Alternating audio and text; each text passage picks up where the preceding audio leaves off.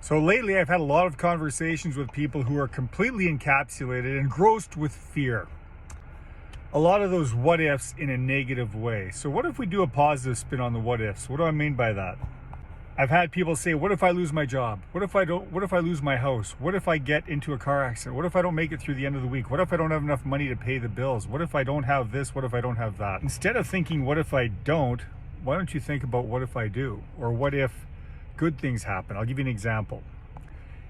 It used to be if I was in a rush to get somewhere, I would hit every damn red light you can possibly imagine. It was unavoidable. I'd hit every red light. And every time I did, I'd be furious. Why me? Why does this always happen to me? But over the years, things have changed. I've changed the way I think. So now if I get to a red light, I think to myself, maybe it's just saving me from getting T-boned down the road. It's an attitude of gratitude versus a poor me, a why me sort of mentality. But I see this in every walk of life. I see it from people who, whatever outlet you get your media from, whether it's on TV, whether it's on social media, wherever you get your news from, every time I hear or talk to somebody who's watched something recently, it's gloom and doom. The world is collapsing. Everything is falling apart. Now, whether it's true or not, it's irrelevant. It's not a matter of if something happens to you in life, but it's how you deal with that or what you face. So I've often thought this. Wouldn't it be just great? Wouldn't it be nice if you could have a talk with your 95-year-old self? What if your 95-year-old self could come back to have a chat with you? And what if, for argument's sakes, your 95-year-old self said, I'm going to give you a piece of advice.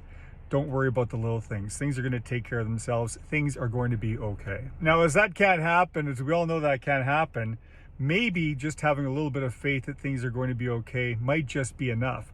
I firmly believe that there's two goals a person should have on this earth. One of them is to stay on this side of the ground, and the other is to find a little bit of peace in doing so. How you find your peace is up to you. I don't know. I can't tell you how to find your peace, but you have to find a way to find peace on this side of the ground. And if that means having a better attitude about life and maybe being a little bit more grateful for the things you do have versus wanting the things you don't have, maybe that's just going to be enough to get you by. But if you're anything like me, and I think you probably are, fear makes an appearance from time to time. I think we all could be experts at taking the dinkiest of non-existent situations and forecasting down the road and creating these huge colossal events in our mind when 99% of the time never comes to fruition. And even if it did, it usually works out better than you would have expected. But meanwhile, you live your life in misery waiting for the next shoe to fall. That's a tough way to live. My favorite acronym for fear is false evidence appearing real. I also know firsthand that fear only exists in the future. If you can learn how to stay in the present, live in the moment, as of this very second, things are okay. I mean, God forbid I get a wart on my ass and I start Googling ass warts. Next thing you know, my head gets to different places. I go down a rabbit hole. I find out that I got ass cancer. I'm picking out a coffin and I'm planning a funeral. And the reality is I just have a wart on my ass, which, by the way, I don't have. But any one of us can get too far ahead of themselves. If we live in the future, fear makes an appearance. If we stay in the present, we can maybe find a little bit of peace. So what's the point of all this?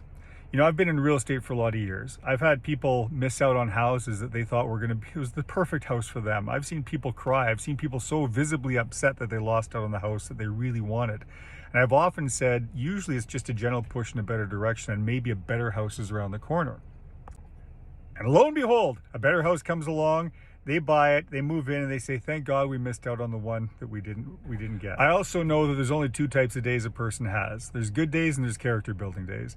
All of those seemingly bad horseshit kind of days we have in our lives are usually just gentle pushes in better directions, those character building days.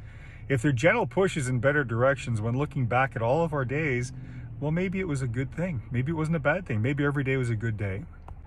I also know if you're seeing this, you've probably succeeded at navigating 100% of your worst, crappiest days. So it's a logical behavior to think that it's going to be any different down the road. And worrying about the future is like saying, I can't believe I was killed in a car crash in 6 months from today. It just doesn't make sense. What's the point of all this? The point of all this is try and find a little bit of peace while you're living this life. You only have one life to live. Life is very short. I've seen people tragically pass away who shouldn't have died as young as they did. You know, the people who have plans for tomorrow sometimes die today.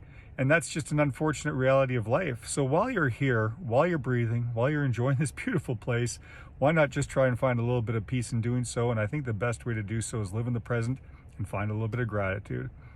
Hope that helps you out through your day, and whatever you're doing, I hope you have a good day.